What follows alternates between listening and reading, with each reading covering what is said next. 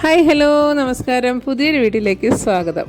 ഞാനിന്ന് വന്നിട്ടുള്ളത് നല്ല മഴക്കാലമാണ്. എല്ലാവരുടെയും മുടിപൊട്ടലും താരനും ഒക്കെ ഒത്തിരി പ്രശ്നങ്ങളുള്ള സമയമാണ് മൺസൂൺ കാലം, അതായത് ഈ മഴക്കാലം.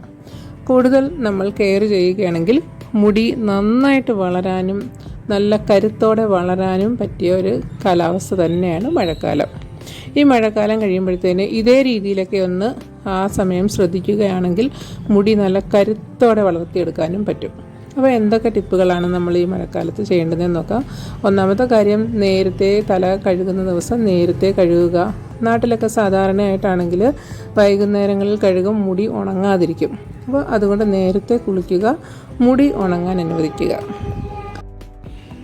പലർക്കും ശക്തമായ മുടികൊഴിച്ചിലുണ്ടാകുന്ന സമയമാണ് ഈ മൺസൂൺ കാലം. കാരണം അന്തരീക്ഷത്തിൽ ഈ സമയം കൂടുതൽ ഹ്യൂമിഡിറ്റിയാണുള്ളത്.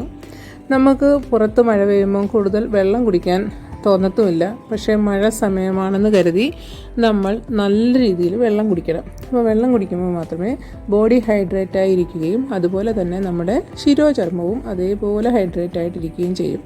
ഇങ്ങനെ ശക്തമായ മുടി കൊഴിച്ചുണ്ടെങ്കിൽ പെട്ടെന്ന് മാറ്റാൻ പറ്റുന്നൊരു പാക്കാണിത്. എല്ലാവർക്കും അറിയാം. സവാളയുടെ നീരെടുക്കുക, അതിനകത്തേക്ക് ബദാം ഓയിലാണ് ചേർത്ത് കൊടുക്കുന്നതെങ്കിൽ, ബദാം എന്ന് പറയുന്നത് മുടിക്ക് കിട്ടുന്ന നല്ലൊരു വളം തന്നെയാണ്.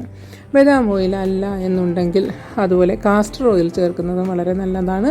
ഞാനിവിടെ ഉപയോഗിക്കുന്നത് എൻ്റെ സാധാരണ ഹെയർ ഓയിൽ, നേരത്തെ വീഡിയോ ചെയ്തിട്ടുള്ള അതേ ഹെയർ ഓയിൽ തന്നെയാണ് ഉപയോഗിക്കുന്നത്. അപ്പോൾ ഇതും കൂടി ഒന്ന് മിക്സ് ചെയ്ത് തലയിൽ തേച്ച് പിടിപ്പിക്കുകയാണെങ്കിൽ പെട്ടെന്ന് തന്നെ മുടി കൊഴിച്ചിൽ മാറിക്കിട്ടുന്നതാണ്. അപ്പം നമ്മൾ ഈ എണ്ണയൊക്കെ മിക്സ് ചെയ്യുന്ന കൂട്ടത്തിലൊരു കാര്യം പറഞ്ഞോട്ടെ, വീഡിയോ മുഴുവനായി കാണാൻ ശ്രമിക്കുക. വീഡിയോ കണ്ട് ഇഷ്ടപ്പെടുകയാണെങ്കിൽ വീഡിയോയ്ക്ക് ഒന്ന് ലൈക്ക് ചെയ്യുക. ഇതുവരെ എൻ്റെ ചാനൽ വന്നിട്ട് ചാനൽ സബ്സ്ക്രൈബ് ചെയ്യാതെ വീഡിയോ കണ്ടുകൊണ്ടിരിക്കുകയാണ്.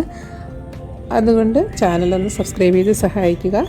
ചാനൽ സബ്സ്ക്രൈബ് ചെയ്യുമ്പോൾ ആ ബെൽ ബട്ടൺ കൂടി ഒന്ന് ഓളാക്കി കൊടുക്കുകയാണെങ്കിൽ എൻ്റെ അടുത്ത വീഡിയോയുടെ നോട്ടിഫിക്കേഷൻ ഉടനെ തന്നെ കിട്ടും.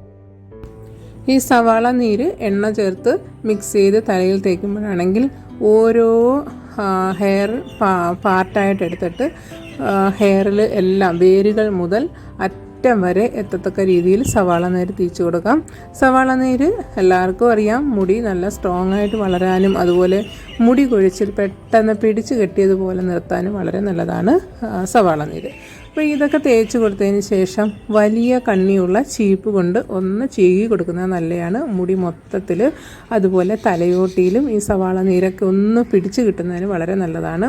അതുപോലെ നമ്മൾ ഏത് സമയത്ത് മുടി ചീകുകയാണെങ്കിലും മുടി ഉണങ്ങിയതിന് ശേഷം മുടി ചീകുമ്പോൾ വലിയ പല്ലകലമുള്ള ചീപ്പ് ഉപയോഗിക്കുന്നത് വളരെ നല്ലതാണ്. അതുപോലെ ശിരോചർമ്മവും മുടിയും നല്ല മോയ്സ്ചറായിട്ടിരിക്കുന്നതിനായിട്ട് അലോവേര ജെൽ തലയിൽ തേച്ച് കൊടുക്കുന്നത് നല്ലതാണ്. അലോവേര ജെൽ ഡയറക്റ്റായിട്ടായാലും അത് നമ്മൾ മാർക്കറ്റിൽ നിന്ന് മേടിക്കുന്ന ജെല്ലായാലും ഉപയോഗിക്കുന്നത് വളരെ നല്ലതാണ്. പക്ഷേ അലോവേര ജെൽ അലർജിയുള്ള പലരും ഉണ്ട്. എനിക്ക് അലോവേര ജെൽ തലയിൽ തേച്ചാൽ ഭയങ്കരമായിട്ട് തലവേദന എടുക്കും, അതുകൊണ്ട് ഞാൻ ഉപയോഗിക്കാറില്ല. പിന്നെ നമ്മൾ എപ്പോൾ എണ്ണ തേച്ചാലും തലയിൽ എണ്ണ തേക്കുന്ന ദിവസങ്ങളിൽ നമ്മൾ ഹോട്ട് ഓയിൽ മസാജ് ചെയ്യുന്നതാണ് ഏറ്റവും നല്ലത്. അതിനായി നമ്മൾ തിളപ്പിച്ച് മൂപ്പിച്ച് പാകപ്പെടുത്തി വെച്ച എണ്ണയെ വീണ്ടും വീണ്ടും ചൂടാക്കേണ്ടെന്ന് ആവശ്യമില്ല. ഇതുപോലെ സ്റ്റൗ ഒന്ന് കത്തിച്ചതിന് ശേഷം ഞാനിവിടെ ഇതുപോലൊരു കുഴിയുള്ള തവിയാണ് ഉപയോഗിക്കുന്നത്. അതിനെ ഒന്ന് നന്നായി ചൂടാക്കുക, സ്റ്റൗ ഓഫ് ചെയ്യുക. അതിനുശേഷം ആ തവിയുടെ ചൂട് കൊണ്ട് തന്നെ നമ്മുടെ എണ്ണ തലയിൽ തേക്കാൻ പാകത്തിനുള്ള ചൂടായി കിട്ടും. അതിനുശേഷം നന്നായിട്ട് മുടി മുഴുവനും തലയോട്ടിയിലും എല്ലാം നന്നായി മസാജ് ചെയ്യുക. പിന്നെ ഒരു കാര്യം പറഞ്ഞോട്ടെ, ഇത് പലതവണയായിട്ട് നമുക്ക് എന്തായാലും മുടിയൊക്കെ ചെയ്യുമ്പോൾ കുറച്ച് മുടി കൊഴിച്ചിലുണ്ടാവും.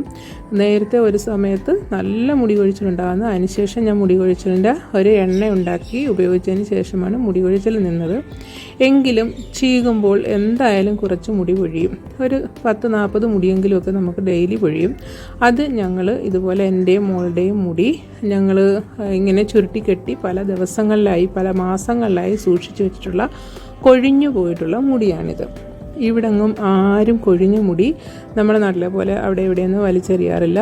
എല്ലാവരും ഇതുപോലെ കളക്ട് ചെയ്ത് വെക്കുകയാണ് ചെയ്യുന്നത്. അപ്പോൾ ഞാനും ഇതുപോലെ കളക്ട് ചെയ്ത് വെച്ചിട്ടുണ്ട്. ഇതുകൊണ്ടൊരു കാര്യമുണ്ട്. ഇത് എന്തിനാണ് ഇങ്ങനെ കളക്ട് ചെയ്ത് വെക്കുന്നത് എന്ന് നിങ്ങൾക്ക് ആർക്കെങ്കിലും, വീഡിയോ കാണുന്ന ആർക്കെങ്കിലും അറിയാമെന്നുണ്ടെങ്കിൽ ഒന്ന് കമൻറ്റ് ചെയ്യണം. ഇതുകൊണ്ട് വളരെ യൂസ്ഫുൾ ആയിട്ടുള്ള കാര്യമുണ്ട്.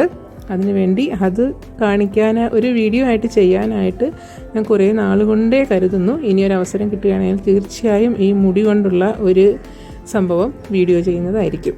അപ്പോൾ അതിനാണ് മുടി ഇതുപോലെ കൊഴിഞ്ഞു പോയ മുടി ഇങ്ങനെ സൂക്ഷിച്ചു വയ്ക്കുന്നത്.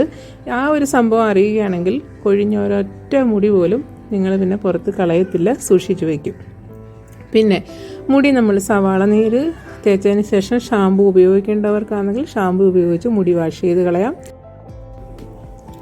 ഷാമ്പു ഉപയോഗിക്കുമ്പോഴും നമ്മൾ സ്ഥിരമായി ഉപയോഗിച്ചുകൊണ്ടിരുന്ന ഷാമ്പു മാത്രം ഉപയോഗിക്കുക. ശക്തമായ മുടി കൊഴിച്ചിലുണ്ടാകുമ്പോൾ പുതിയ ഷാമ്പു ഉപയോഗിച്ച് പരീക്ഷണങ്ങൾ നടത്താതിരിക്കുക.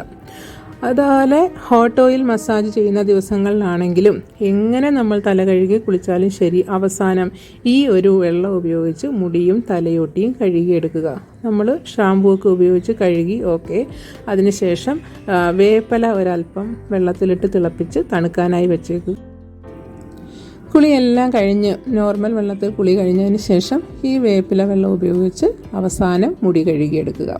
ലാസ്റ്റ് തലയോട്ടിയിലൊക്കെ നന്നായിട്ട് വേപ്പില വെള്ളം ഉപയോഗിച്ച് മസാജ് ചെയ്ത് മുടിയിൽ നന്നായിട്ട് കഴുകിയെടുക്കുക.